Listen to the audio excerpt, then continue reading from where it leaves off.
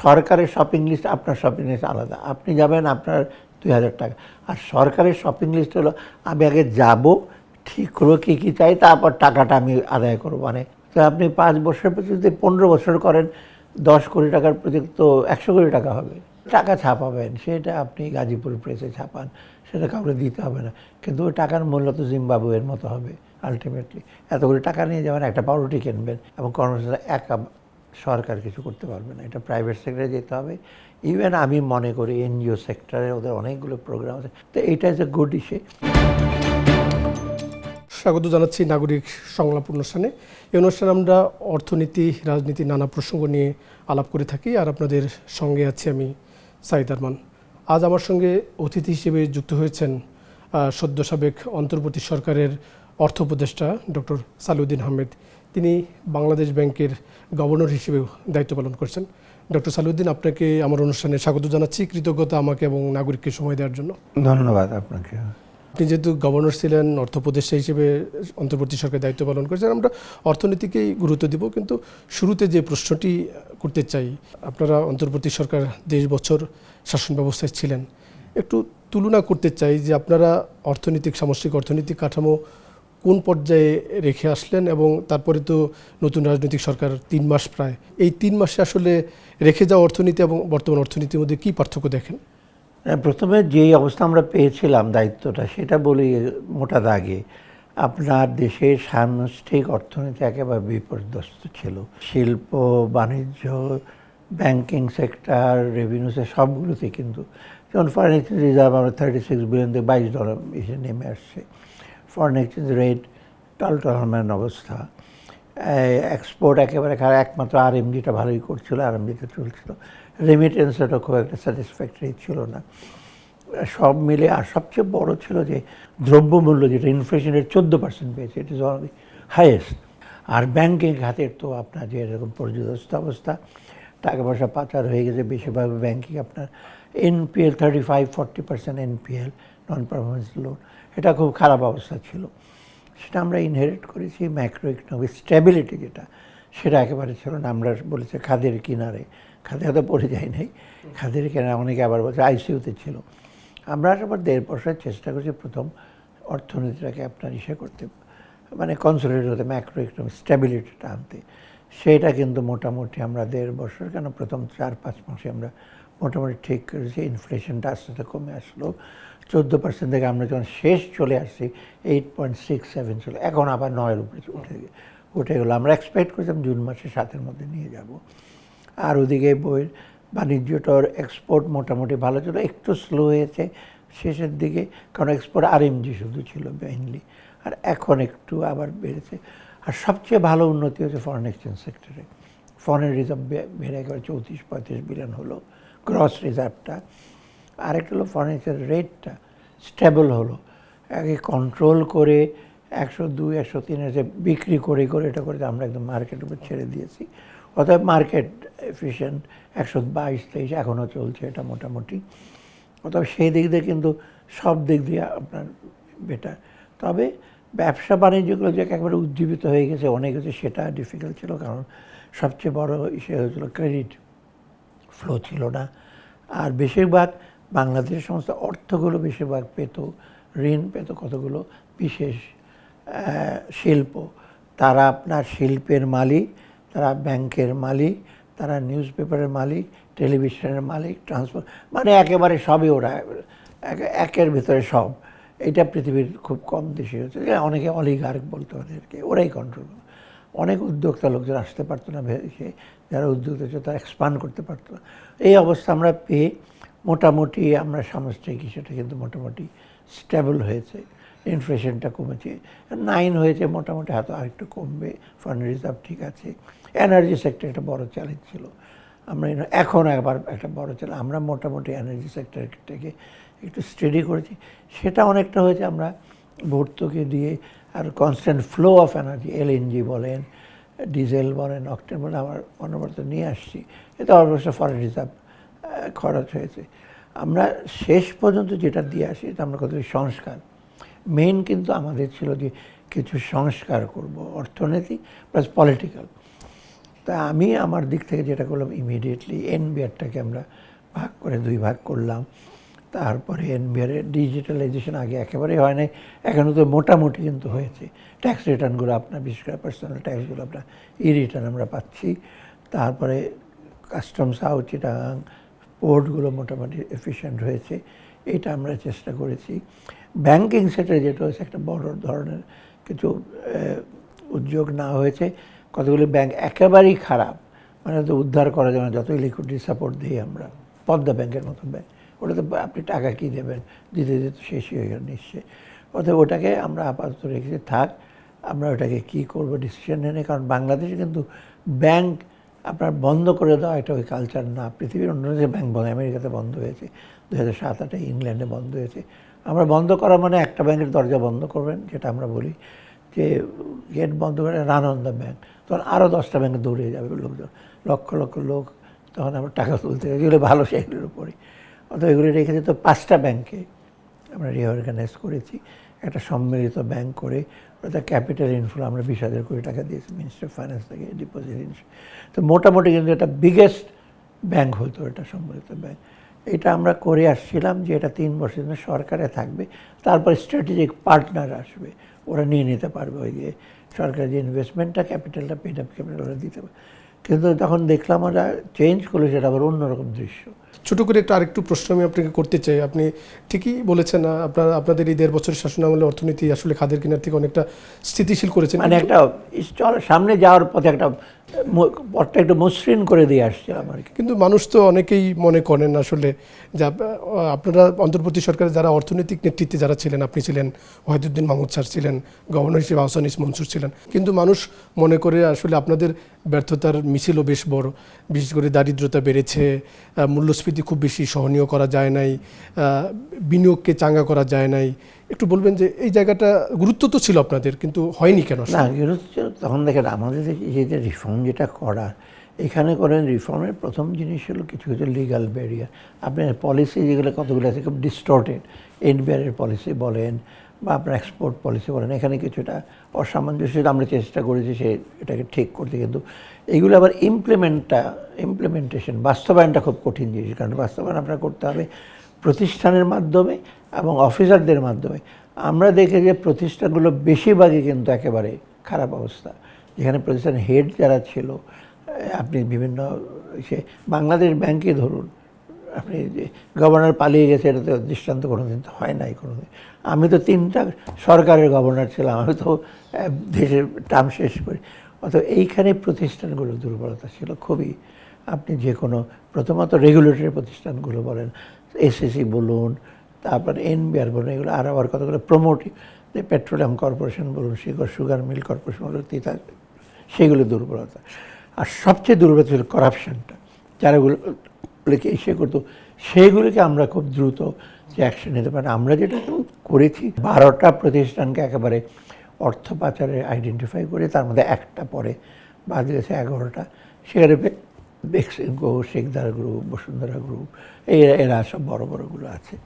অতএব এগুলো ইমপ্লিমেন্ট করার সময় আমরা কিন্তু অনেক বাধাগুলো কিন্তু একেবারে খুব প্রত্যক্ষভাবে আসে না। আপনি টের পাবেন যে যখন আপনি কিছু করতে পারেন, বিশেষ করে আমরা তো ব্যুরোক্রেসিতে, ওরা যদি না করতে চায়, আপনি ডিসিশন দিলেন, ওই জিনিসটা বহুদিন আপনার ধারে কাছে আসবে না, আপনার রেজলিউশনটা অন্য হবে, মিটিংয়ের মিনিটসটা একটু বাঁকা ধরনের হবে। আমার সময় পারে না, আমার ফাইন্যান্স, কারণ আমি নিটে গেছি, অনেক কিছু জানতাম, বলতাম এটা এতদিনের মধ্যে করে নিয়ে, কিন্তু অন্য অন্য অ্যাডভাইজাররা তত ডিটেল জানতেন না।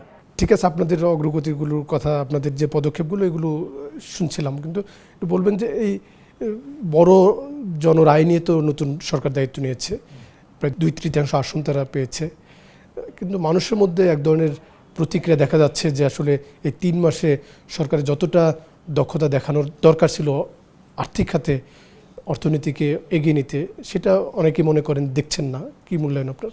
আমরা যত ইনিশিয়েট করেছি প্রত্যেকটা কিন্তু জনহিতকর কাজে। কোনোটাই আপনি দেখেন 133টার মধ্যে 122টা কী করে অ্যাপ্রুভ করে, আর 12টা করে, 11টা করে না, সেটা আবার অন্য কারণে, নট দ্যাট এটা খারাপ আইন ছিল, করে না, এটা করলে নানা রকম ঝামেলা হবে। অতএব এইগুলি আমরা সাজেস্ট করি, এগুলোকে একটু সুসংগত করো। আমরা করেছি, হয়তো কিছু কিছু জায়গায় পরিমার্জন পরিবর্তন লাগবে, কিন্তু সেটা আমরা চিহ্ন দেখতে পাইনি। একটা হলো বা বড় বড় জিনিসগুলো যেমন কনস্টিটিউশন, তারপর জুডিশিয়াল সেগুলো, হিউম্যান রাইটস কমিশন, এসিসি, এগুলো কিন্তু পসপন করে রেখেছে। এটা একটা জিনিস, এটা কিন্তু সিগন্যালটা খুব ভালো দেয় নয়। সেকেন্ডলি আরেকটা জিনিস, আমরা কিছু হাফ হার্টেড হাফ ইসে করেছি, ওটাকে তারা সুসংগত করে এগিয়ে নিয়ে যেত। যেমন এনবিআরটা কিন্তু ভাগ হয়ে গেছে, শুধু বাকি ছিল ম্যান পাওয়ার আর অর্গানোগ্রাম। এটা করলে অসুবিধা কী ছিল? আমি বলেছি মিনিস্টারকে যে আমরা যেটা প্রপোজ করি যেটাকে আপনারা ইসে করেন, রিভাইজ করেন। হয় না, পুলিশ কমিশনের কিছু হলো না, এসএসি কিছু। এখন তারা বেশি ইসে হলো কি বলি ফ্র্যাঙ্কলি, তারা বেশি আপনার এঙ্গেজ হলো ইলেকশন ম্যান্ডেটে কী আছে। ইলেকশন ম্যান্ডেটের কতগুলো খুব পরিচিত জিনিস, কার্ড দেবো, এই কার্ড দেবো, দার্জিলিং দেবো, প্রত্যেক জায়গায় জায়গায় কলেজ দেবো, স্কুল দেবো, এইগুলো একটা পলিটিক্যাল সাইড, কিন্তু এগুলি সব ইমপ্লিমেন্ট করতে হবে তা না। কিন্তু মোটা দাগে আপনি কী করবেন? ইনফ্লেশন কমাবেন, এমপ্লয়মেন্ট বাড়াবেন, এনার্জি সে সলভ করবেন, তারপর ইন্ডাস্ট্রিয়াল বেস তৈরি করবেন, এইগুলো তো মোটা। এইগুলি কিন্তু আমরা দেখতে পাচ্ছি না তেমন কিছু। ব্যাংকিং খাতের সংস্কারটা খুব আলোচনায় এসছে, আহসান ইসলাম মনসুর দারুণ কাজ করেছেন, কিন্তু এই ব্যাংকিং খাতে যারা সবচেয়ে প্রাণ আমানতকারী, আমরা গত 1.5 বছর আপনাদের সময় দেখি না, এবং এখনও দেখছি যে আমানতকারীরা তো নানা কারণে সংকটের মধ্যে আছে, নিজের সঞ্চয় ব্যাংকে রেখেছে, রাস্তায় আন্দোলন করতে হচ্ছে।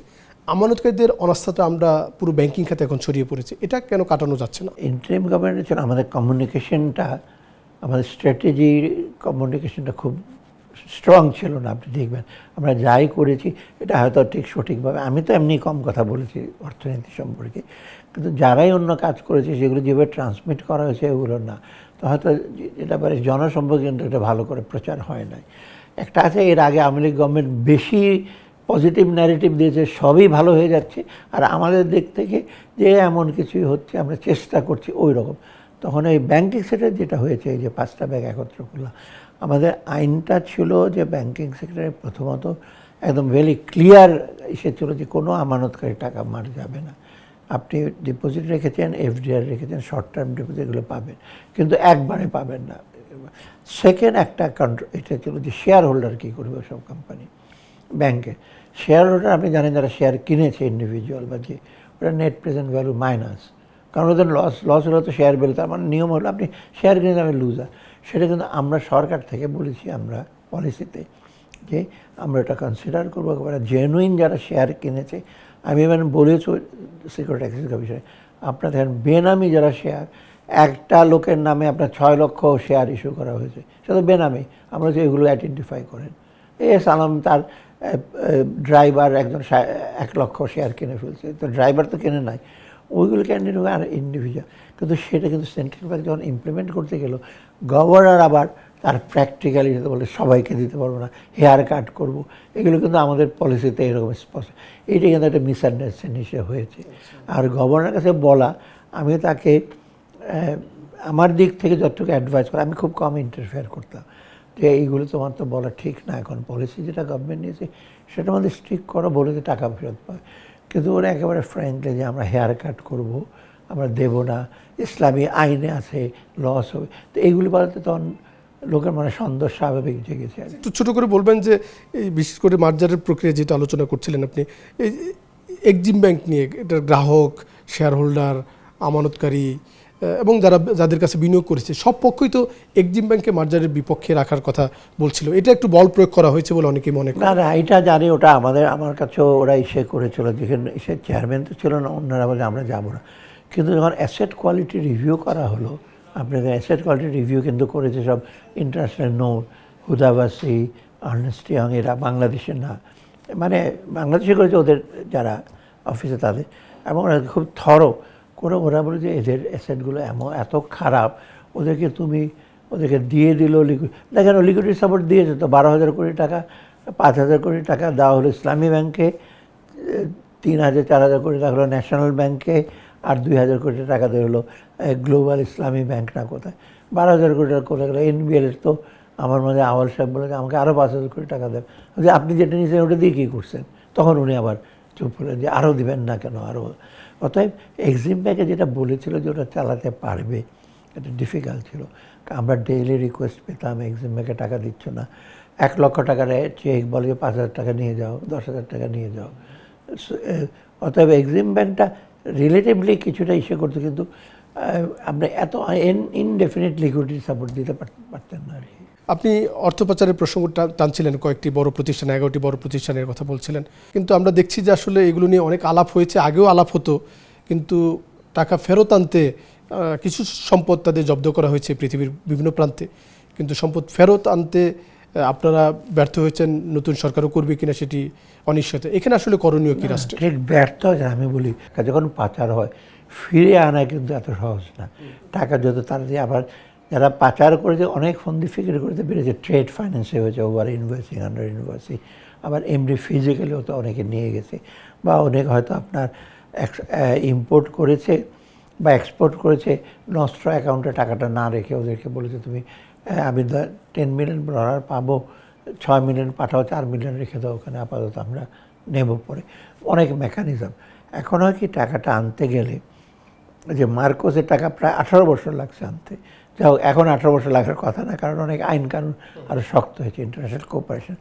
কিন্তু এখানে প্রথমত আমার যারা টাকা পাচার করেছে, আমার লোকাল আইনে, লোকাল কোর্ট থেকে আপনার একটা এসে নিতে হবে প্রসিডিং, যে তোমার আইন পাচার হয়েছে, এগুলো উদ্ধার করাও। সেইটা সেই রুলিংটা দেওয়ার পর মিউচুয়াল লিগাল অ্যাসিস্ট্যান্স, MLA বলে, অ্যাটর্নি জেনারেলের থ্রোতে আপনি ওইখানে লিগালি সেকে বলবেন। কারণ ওখানে যদি সেন্ট্রাল ব্যাঙ্ক অনেক চিঠি দিয়েছে বাংলাদেশ ব্যাংক, সেন্ট্রাল ব্যাঙ্কগুলি শুনবে না, সুইস ব্যাংক শুনবে কেন, ব্রিটিশ ব্যাংক আছে, বড় বড় ব্যাংক, ওয়েস্টমিনস্টার ব্যাংক, ওরা তো আপনি চিঠি দিলে তো শুনবে না, টাকা রাখছে এখন গভর্নমেন্ট এখান থেকে, সেন্ট্রাল ব্যাংক যদি, সেন্ট্রাল ব্যাংকও শুনবে না। অতএব মিউচুয়াল লিজিসলেশনে কিন্তু অনেকটা করা হয়ে গেছে, কিন্তু এগুলো খুব কমপ্লিকেটেড। আপনি যদি দেখেন ফর্মগুলো এত কমপ্লিকেটেড, এত কিছু রিকোয়ারমেন্ট, এত ইনফরমেশন, এগুলো লিগাল ইস্যারেই পারে। তখন বাংলাদেশ ব্যাংকে যেটা করেছে লিগাল ইসে করে, আবার কিছু কিছু জায়গা আছে ওদের কী কী ল আছে সেটাকে কোট করতে হবে। এটা কিন্তু মোটামুটি করেছে, বেশ কয়টা MLAs করেছে, আর কয়েকটা জব্দ করেছে ইমিডিয়েটলি, যেহেতু কোর্ট থেকে এখান থেকে অর্ডার গেছে জাভেদ চৌধুরীরটা, তখন ইমিডিয়েটলি ওখানে কোর্টও বলেছে ইয়েস, বাংলাদেশে ওরাকে আইডেন্টিফাই করেছে, কোর্ট থেকে দিয়েছে, তখন ওরাও তখন অর্ডার দিল ব্যাংকে, ব্যাংক অফ ইংল্যান্ডকে, যেহেতু আসছে। অতএব এই প্রসেসগুলো অনেক সময় লাগে কিন্তু। আর এইখানে একটু আমাদের এসেছিলো, আমরা খুব তাড়াহুড়া করে লয়ার নিয়োগ করতে পারি, একটা সময় ছিল, লোকজন আসছে, বহু আবার এজেন্টও আছে লয়ারদের, ওরা আসে বলে করে, আমরা ঠিক ইসে করতে পারি না আর কি, ভেরিফিকেশন। তবে মোটামুটি কিন্তু ক্ষেত্রটা প্রস্তুত হয়েছে। এখন যদি গভর্নমেন্ট চায় ডেফিনেটলি এটা আপনার শুরু করতে পারে এবং টাকাটা ফেরত আসবে। তবে সবগুলো টাকা ফেরত আসবে কিনা, আপনি লন্ডনে, দুবাই আর আবুধাবিতে না, আছে প্রায় বহু কান্ট্রিতে, সোলোমন আইল্যান্ডে, ক্যামোরোস আইল্যান্ডে, সেন্ট অ্যাসিউলিস, এগুলো তো আমাদের কাছে লিস্ট আছে। ওইসব আইল্যান্ড নেশনে কোনো ইসে আপনি টাকা নিয়ে যাবেন, টাকা জমা দেবেন, আমি ফের নিয়ে আসবেন, কোনো নিয়মকানুন নাই। তো ওদেরকে রিচ করা তো একটু ডিফিকাল্ট, তো কিন্তু আইডেন্টিফাই করেছে কোনটা ব্যাংক। আচ্ছা, একটু বলবেন যে এই যে সংস্কারের কথা বলছিলেন, আপনাদের বড় একটি উদ্যোগ ছিল, তো এই সংস্কার চালাতে গিয়ে এই যে অর্থ পাচারকারীদের চিহ্নিত করা, ব্যাংক লুপাটকারীদের চিহ্নিত করা, এই সমস্ত কাজ করতে গিয়ে যারা আসলে অর্থনীতিতে যারা মাফিয়া হিসেবে চিহ্নিত, তারা তো দেশের বড় বিনিয়োগকারীও আবার, তো তারা এক ধরনের অনেকটা পিছপা হয়, যার কারণে পুরো ব্যবসা বাণিজ্য এক ধরনের স্থবিরতা তৈরি হয়, এবং তারা একটি বয়ান তৈরি করে যে অন্তর্বর্তী সরকার দেশের অর্থনীতি, ব্যবসা বাণিজ্যকে কয়েক বছর, 15-20 বছর পিছিয়ে দিয়ে গেছে। এই যে একটা নতুন প্রেক্ষাপট, এটাকে আসলে কি বলবেন? এটার সত্যতা আছে, কারণ আপনি দেখবেন যখন অ্যাকশন নেওয়া হয়েছে বেশ কতগুলি সংস্থা, একটা মেসেজ গেছে, তখন মেসেজটা হলো যে টাকা পয়সা এখন আগের মতো বানাতে পারবে না, টাকা বানিয়ে লুকেও রাখতে পারে না, বাড়ি ঘরে করতে পারবে। তখন যারা এফেক্টেড, যারা ভাবে যে বেক্সিম করে ধরুন, এদের বাড়িঘর তো এখন কোথায় কী আছে সব, এইগুলো তো এসালামের বাড়ি বা ফ্যাক্টরি এগুলো সব আন্ডার সার্ভেলেন্স। অন্যরা ভাবে যে আমি যখন ইনভেস্ট করবো, ইনভেস্টমেন্টের একটা মেজর ইস্যু হলো কনফিডেন্সটা, আর একটা হলো পলিসি কন্টিনিউটি, যে সরকার যে পলিসিটা নিয়েছে এটা কিন্তু আসলে কি ভালো লোকের জন্য এনকারেজ করবে নাকি সবার জন্য। আমরা যখন করতে যাবো তখন আমাদেরকে একই বাধা দেবে, NBR একই প্রশ্ন করবে, তাই না, অ্যাকাউন্ট ফ্রিজ করবে ওরাও। এই ভয়টা ওদের মধ্যে ঢুকেছে। আমি মনে করি এটা কিন্তু খুব ইফেক্টিভলি যারা এফেক্টেড ওরা করেছে, কিন্তু আসলে এটা ঠিক না। আমরা কিন্তু অ্যাসিওর করেছি যারা ভালো তাদেরকে সেন্ট্রাল ব্যাংক একটা মূল দায়িত্ব, এখন সেটা সেন্ট্রাল ব্যাংকে বলছে আমরা লিকুইডিটি সাপোর্ট দেবো যারা ভালো। এখন সময় আসছে, বাংলাদেশে কিন্তু অনেক ভালো উদ্যোক্তা আছে, হয়তো লিমিটেড, কিন্তু স্মল মিডিয়াম বহু ভালো লোকজন আছে আপনার কোয়াইট সাকসেসফুল এবং ভালো কাজ করে, এবং তাদেরকে আমরা ইসে করতে হবে। বাংলাদেশে একটা প্রবলেম হলো কি, আপনার স্মল মিডিয়াম ইন্ডাস্ট্রি বেসটা খুবই উইক। আমরা মাত্র 15-20-25% এসএমইতে। আপনার ইসের মতো দেশে, জাপানের মতো দেশে 40-50-60% এসএমই। আপনি টয়োটা গাড়ি মনে করেন না সব কিছু রোবট এসে তৈরি করে, সবগুলো পার্টসগুলো কিন্তু তৈরি হয় ছোটো ছোটো ফ্যাক্টরিতে, সাব কন্ট্রাক্টে।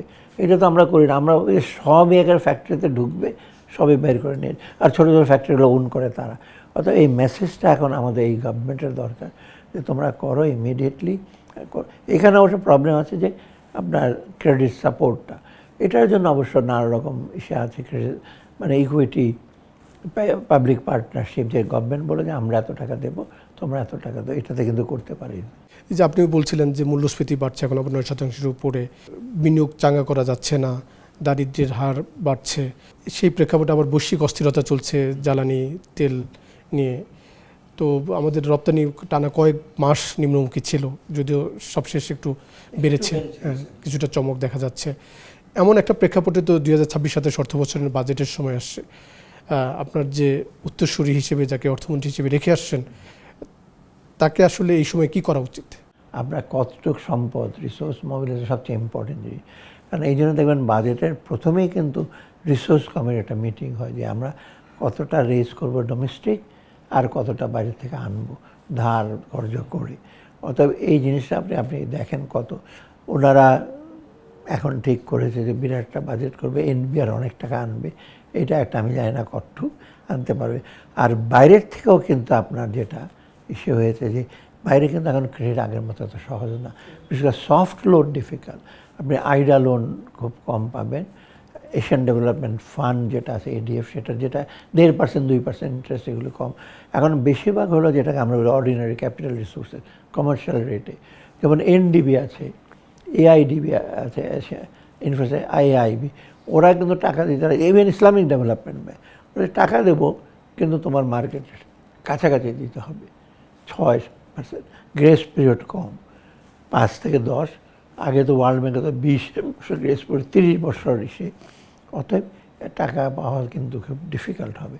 অতএব এই প্রেক্ষিতে যেটা হবে, ডোমেস্টিক রিসোর্স মোবিলাইজেশন, ট্যাক্স নেটটা বাড়াবার জন্য, নেটটা তো এখনও বাড়ে না। আমি জিজ্ঞেস করেছিলাম আপনার বাংলাদেশে এত কোটি লোকের মধ্যে ট্যাক্স কত দেয়, কত, আমি এক্স্যাক্টলি নাম্বারটা জানি না। 42 লক্ষ রিটার্ন জমা দেয়, ট্যাক্স আরও কম লোকে দেয়। না, আমাকে এনবিআর যখন রিটার্ন আসছে, এনবিআর চেয়ারম্যান বলি, স্যার আমরা তো 12-13 লক্ষ ট্যাক্স রিটার্ন পাই, তার মধ্যে 60% জিরো ট্যাক্স। 60% জিরো ট্যাক্স মানে কারো 3.5 লক্ষ টাকার মতো মিনিমাম 3.5 লক্ষ টাকাতে ইনকাম, বেশিরভাগ লোকই কম। আমি যে একটা রিক্সাওয়ালাও তো 3.5 লক্ষ টাকা পাবে, তাকে তো ট্যাক্স করবেন না, কিন্তু 3.5 লক্ষ স্যার বেশিরভাগ। আমি জানি এক গার্মেন্ট ইন্ডাস্ট্রির মালিক, উনি ট্যাক্স দিয়েছেন 6 লক্ষ টাকা, অথচ আমি ব্র্যাকে ছিলাম, আমার ট্যাক্স কেটেছে আমার বেতন থেকে 3 লক্ষ টাকা, ওটা তো আমি দিচ্ছি, আরও বেশি দিলাম, আমি তো ওই লোকের চেয়ে বেশি দিচ্ছি, আর উনি হাজার হাজার কোটি টাকার মালিক। তো আপনি ওখানে ট্যাক্স ফাঁকি দিয়েছেন। তারপরে গ্রামে গঞ্জে বড় বড় দোকান আছে, আমি অনেক আগে বলেছি, সেটা এনবিআর আমি থাকতে বলছি তোমরা একটা ইমিডিয়েটলি একটা দোকানে, গঞ্জের একটা দোকানে, বড় দোকানে 1 লক্ষ 2 লাখ টাকার মধ্যে সেল হয় না, ওরা তো ট্যাক্স নেটের আওতায় নাই। তো এইটা ইমিডিয়েটলি করতে পারতো, যেমন আদমশুমারি যেমন করে না, স্কুলের টিচারদের পাঠায়, তারপর ভলেন্টিয়ারদের পাঠায়, প্রত্যেক বাড়িতে বাড়িতে যায়। আমরা বলছি তোমরা ইমিডিয়েটলি ওইটা করো না কেন, স্কুলের টিচারদের দাও, যারা ইলেকশন ডিউটি করে বা ইসে করে, তুমি পাঠিয়ে দাও, প্রত্যেক জায়গাতে আইডেন্টিফাই করে নিয়ে আসবে অ্যাটলিস্ট মিনিমাম। সেটা এবারও করে না। আচ্ছা, কিন্তু বলবেন যে আপনি যেটা বলছিলেন যে অর্থায়নটা আসলে প্রায় 9.25 লাখ কোটি টাকার ব্যয়ের লক্ষ্য, এবং প্রায় এনবিআর তাদেরকে দিবে মনে করছে যে 6.5 লাখ কোটি টাকার উপরে, 7.5 লাখ কোটি টাকা। বাকিটা এনবিআর বহির্ভূত যদি ধরি, প্রায় 7 লাখ কোটি টাকা তারা আয় করতে চায়। এটা কি এনবিআর বেপরোয়া হয়ে যাবে না? বেপরোয়া তো হবেই। এখন প্রবলেম হবে কি, আমি বলি এনবিআর যেটা করে একটা তো শর্টকাট হলো ওদের সোজা যারা কমপ্লায়েন্স তাদের উপরে চাপ দেবেন। আপনি জানেন যে এলটিইউতে বড় বড় বাণিজ্য দেয়, ওদের রেকর্ড আছে, এবং পার্সোনাল ইনকাম অনেকে দিচ্ছে, ওদের রেকর্ড আছে।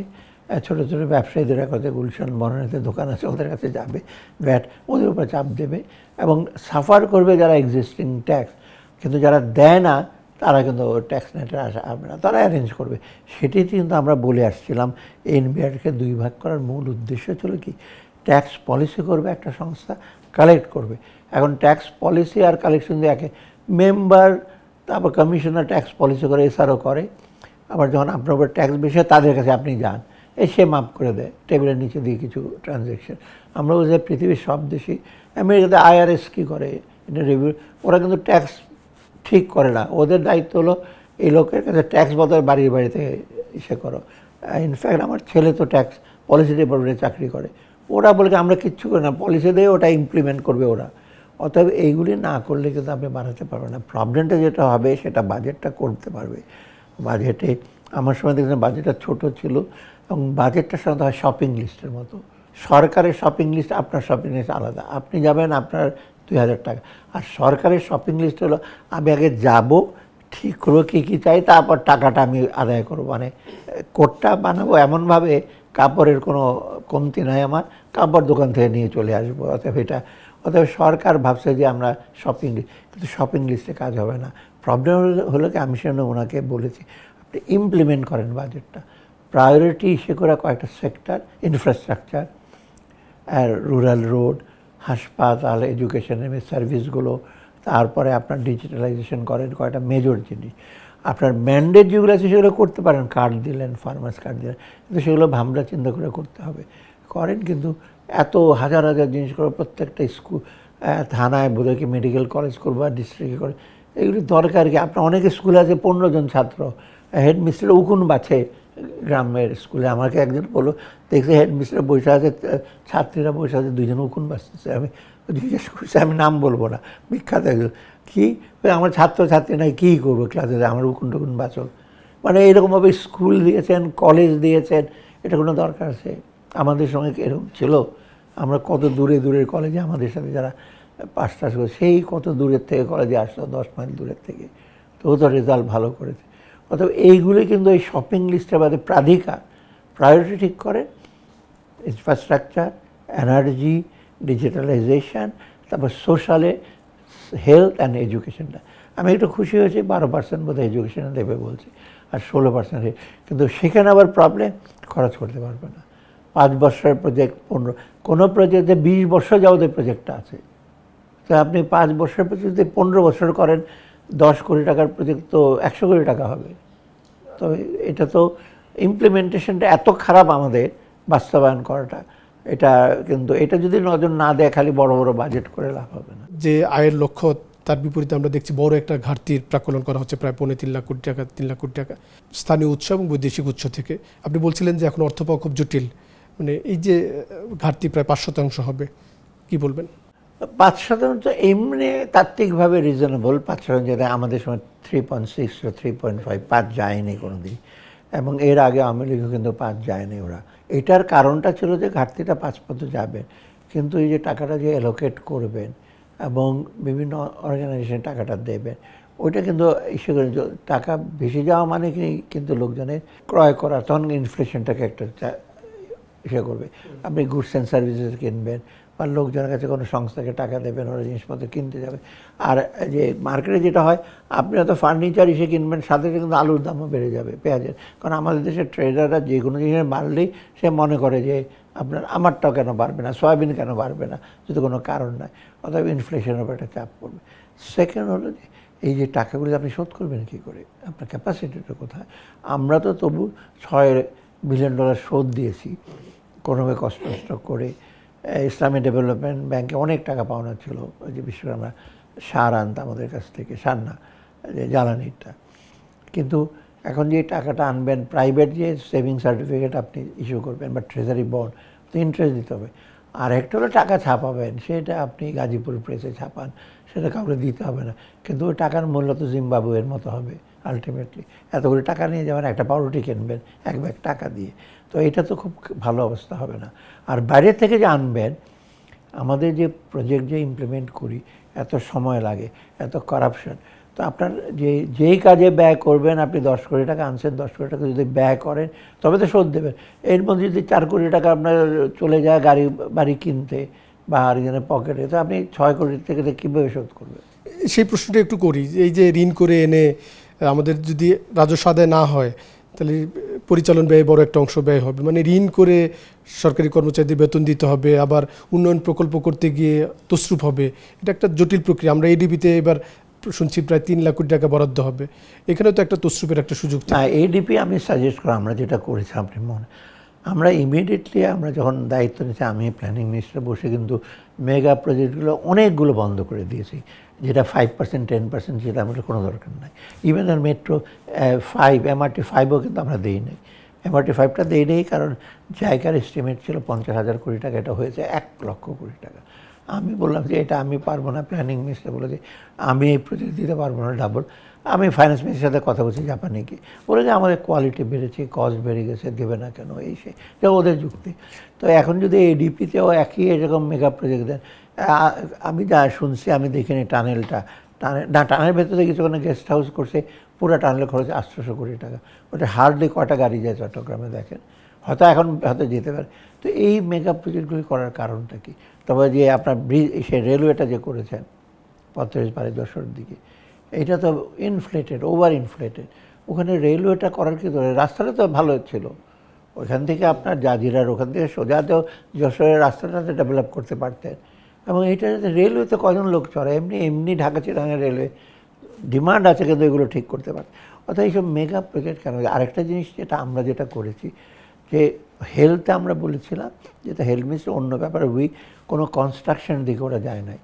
এবং হেলথ এসে বলছে আপনার কিন্তু কোনো নতুন হাসপাতাল, শুধু রংপুরে একটা চাইনিজরা দেবে বলছে স্পেশাল, এটা এগ্রি করেছে, কোনো হাসপাতাল করবেন না। সেকেন্ড হলো এডুকেশনে বলছে কোনো স্কুল কলেজ বানাবে না। এই যে যেমন ঢাকা ইউনিভার্সিটিতে বহু কিছু বানাতে চেয়েছে, আমি শুধু লাস্টে আসার 2-3 মাস আগে ঢাকা ইউনিভার্সিটি একটা ইনফ্রাস্ট্রাকচার বিল্ডিং করবে 400-500 কোটি টাকা। তখন না এই যে আমাকে আবরার বলে যে এইটা অ্যাটলিস্ট দেন, কারণ এটা একটা খুব জরুরি জিনিস। আমিও তো ধরো হল টলের জন্য টাকা নাও, এটা কিছু করেছে। অথবা ইনফ্রাস্ট্রাকচার যদি যত করে, ইনফ্রাস্ট্রাকচার দরকার কোনটা? রোডস করবেন, কালভার্ট করবেন, হাইওয়ে করবেন, রেলওয়েটা বাড়াবেন। তখন কি একটা রাস্তা হাইওয়ে করলে আশেপাশে গ্রামগুলো কিন্তু আলটিমেটলি সুযোগ পায় যে উন্নতি করা। তো এইগুলি করেন। আর হেলথ সেক্টরে ভালো ভালো সেগুলো আনেন, ইকুইপমেন্ট আনেন। আমি একটা এক্সাম্পল দিই, পিজি হাসপাতালের পেছনে একটা state of the art building হয়েছে, আপনি দেখছেন কিনা? এটা কিন্তু বহুদিন এখনও পুরোপুরি চালু হয়নি। আমাকে অনেক সিনিয়র ডাক্তার বলেছে, আচ্ছা দেখেন তো এটাতে চালু হয় না, এটা তো one of the best building, ইকুইপমেন্টও ভালো। এটা হয় না কারণ ডাক্তার নাই। আমি হেলথ অ্যাডভাইজার বললাম, আপনারা ডাক্তার, পাবলিক সার্ভিস কমিশন অনেক সময় লাগবে, আপনারা কনসালটেন্ট হায়ার করে, বহু রিটায়ার্ড ডাক্তার আছে প্র্যাকটিস করে গ্রিন রোডে বসে, ওখানে বসে, আপনি তাদেরকে দায়িত্ব দেন, 3-4 লাখ টাকা বেতন দিলেও ডাক্তাররা খুশি মনে আসবে, ওদেরকে দেন স্পেশালি। আমাকে বলে যে 30 কোটি টাকা লাগবে, আমাকে 30 কোটি টাকা নিয়ে যান, আপনি শুরু করেন। এই ইকুইপমেন্ট আনবেন, ইকুইপমেন্ট তো একটা খরচ হয়, একটা এমআরআই মেশিন 5 কোটি টাকা, আপনি 5 কোটি টাকা অসুবিধা রেখি, 5 কোটি টাকাতে একটা কালভার্ট করবেন, একটা এমআরআই মেশিন যদি আনেন বা একটা কেমোথেরাপি মেশিন আনেন, ওটাতে আমি টাকা দিতে রাজি আছি। 11,000 কোটি টাকা খরচ করতে পারে নাই স্যার, আমি তো খরচ করি। ফাইন্যান্স সেক্রেটারি বলতে, স্যার আমি লক করে দিছি, টাকাটা তো তুলতে পারবে না, ব্যাস। আচ্ছা, একটু এই সরকারের একটু একটা অগ্রাধিকারের বিষয়ে আলাপ করি আমরা। আপনি দেখছেন যে সরকার তার নির্বাচনী প্রতিশ্রুতিতে বলেছে যে কর্মসংস্থান 1 কোটি নতুন কর্মসংস্থান তৈরি করবে, অর্থনীতিকে $1 ট্রিলিয়ন নিয়ে যাবে। এই জন্য বন্ধ শিল্প কারখানা তারা চালু করতে যাচ্ছে। অনেকেই শঙ্কার কথা বলছে যে এই বন্ধ শিল্প কারখানায় যে অর্থায়ন করা হয়েছে সেগুলোই ফেরত আসে নাই, আবার নতুন করে প্রায় 40-50 হাজার কোটি টাকার অর্থায়ন, আবার নতুন করে অর্থ তছরূপের একটা সুযোগ তৈরি হতে পারে। এটা কিন্তু খুব ট্যাক্টফুল। কর্মসংস্থান ডেফিনেটলি আমাদের কর্মসংস্থার জন্য, কারণ আবার ইভেন শিক্ষিত তো 30% মতো বেকার, এটা তো একটা ফ্রাস্ট্রেশন। কারণ আমি তো ব্র্যাক ইউনিভার্সিটিতে পড়তে, আমি দেখছি বহু লোকজন চাকরি পায় না, এটা কিন্তু একটা ফ্রাস্ট্রেশন। আর ওদিকে স্কিল ডেভেলপমেন্ট হয় না, আমাদের লোকজন যা নন আনস্কিল লোকজন যাচ্ছে। এবং এটার জন্য ডেফিনেটলি কর্মসংস্থা, এবং কর্মসংস্থা একা সরকার কিছু করতে পারবে না, এটা প্রাইভেট সেক্টরে যেতে হবে। ইভেন আমি মনে করি এনজিও সেক্টরে ওদের অনেকগুলো প্রোগ্রাম আছে, এখন কিন্তু যাচ্ছে অলরেডি গভর্নমেন্ট। কিন্তু আমি জানি ফাইন্যান্স মিনিস্টার ব্র্যাকের সাথে যোগাযোগ, পিকেএসএফের সাথে যোগাযোগ করে, আচ্ছা এখানে আমি ছিলাম, পিকেএসএফকে বলছে তোমাদের কয়েকটা প্রজেক্ট ওখানে কর্মসংস্থান করো। তো এইটা ইজ এ গুড ইস্যু, কিন্তু বন্ধ ইস্যুগুলো সবগুলো চালু করবে সেটা কিন্তু ডিফিকাল্ট। আপনি ধরেন এক্সাম্পল সুগার মিলস কর্পোরেশন, কতগুলো সুগার মিল আছে, আপনি কি মনে করেন আমরা তো চেষ্টা করছি সুগার মিল চালু করতে, সুগার মিলের যে সুগার তৈরি করার দাম 200 টাকা হয়, আপনি ইম্পোর্ট করে আনছেন 100 টাকা লাগে। ব্রাজিলের সুগার 90-95, আপনি কী করে আপনি ইসে করে। আর আমাদের যে সুগারটা হয় ওদের ইল্ড কিন্তু খুব খারাপ। আমি চেষ্টা করছিলাম যে ওটাকে রিসার্চ করে ওটা ইল্ডটা বাড়ান, তবে হয়তো হবে। তাই সুগার মিল কটা চালু করবে, কোনো লাভ হবে? কারণ ক্যারিও আছে, ক্যারিও তো সুগারের জন্য না, চিনির জন্য না, ক্যারিও বিখ্যাত অন্য জিনিসের জন্য, তাই না? স্পিরিট তৈরি করে এই জন্য। অতএব এখানে আনতে হবে। জুট মিলে কটা জুট মিল ইসে করবেন? জুট মিল কম্পিটিটিভ করে, ওয়েস্ট বেঙ্গলে যেটা করেছে ভেরি কম্পিটিটিভ, এটা তো কম্পিটিটিভ ইসে হয়তো কয়েকটা পারবে। অতএব ফেরত দেবেন, এখানে পেছনে একটা অন্য প্রচ্ছন্ন একটা স্বার্থ জড়িত আছে। ধরুন আমি নাম বলবো না, খুলনা কয়টা জুট মিল আছে।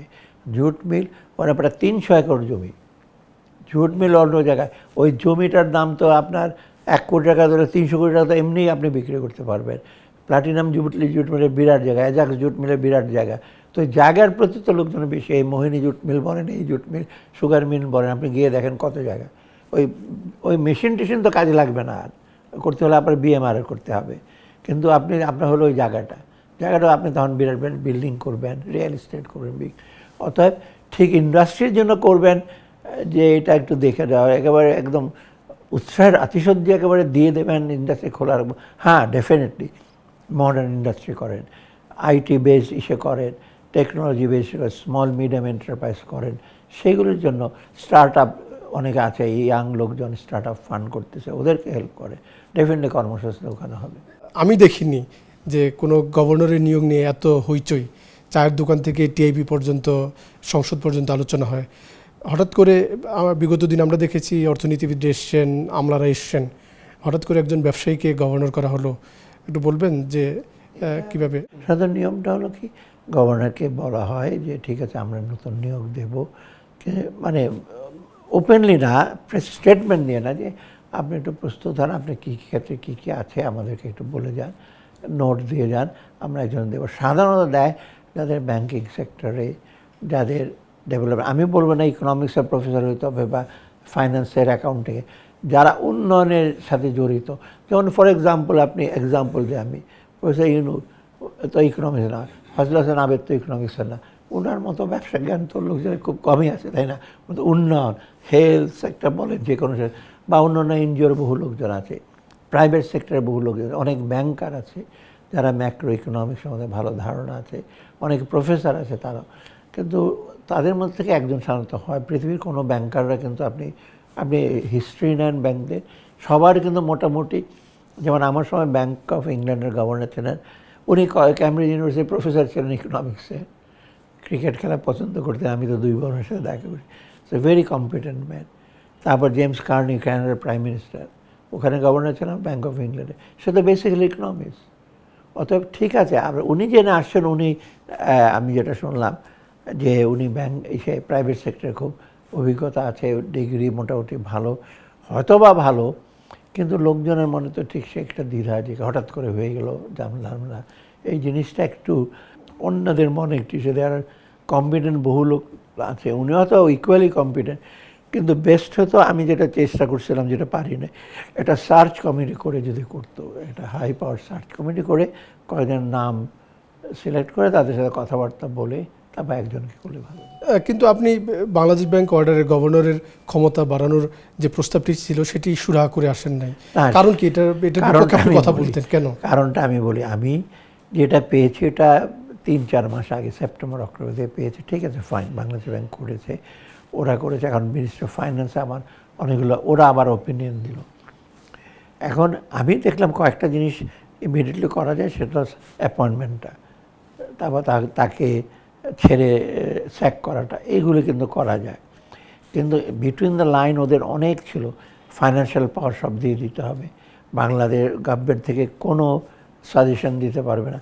কিন্তু বাংলাদেশ ব্যাংক তো একটা গভর্নমেন্টের ব্যাংক, এটা সভারেন পাওয়ার, একটা কিছু ফাইন্যান্স মিনিস্টার কিছু বলবে না, কারণ মনিটারি পলিসি করবেন, ফিসক্যাল পলিসি যদি আঘাত করে বা ফিসক্যাল ডিস্টার্ব হতে শোনা, আমি বলছি বিটুইন দ্য লাইন অনেক কিছু লাগবে। সেটা আমার অ্যাটলিস্ট আমি গভর্নরকে বলেছি যে এটা আমি করবো না, তাকে আমি একেবারে যে না করিনি, পরে ছিটিয়ে দিয়েছি, এটা আমি পারবো না, খালি তোমার 2-1টা জিনিস আমি হয়তো তোমার করতে পারবো।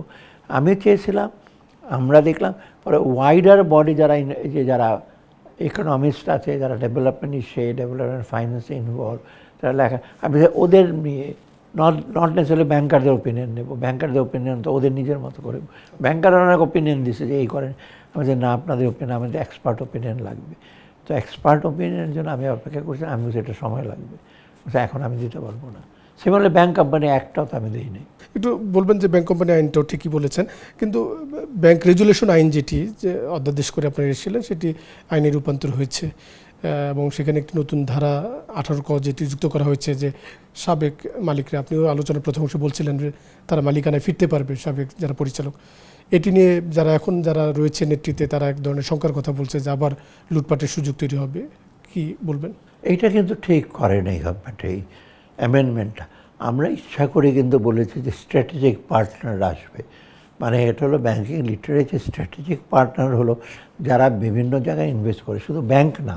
স্ট্র্যাটেজিক পার্টনার মানে ওরা আসবে, টাকা পয়সা নিয়ে ওরা শেয়ার হোল্ড করবে, ম্যানেজমেন্ট করবে, প্রফেশনাল লোকজন, সেটাই নিয়ম পৃথিবী।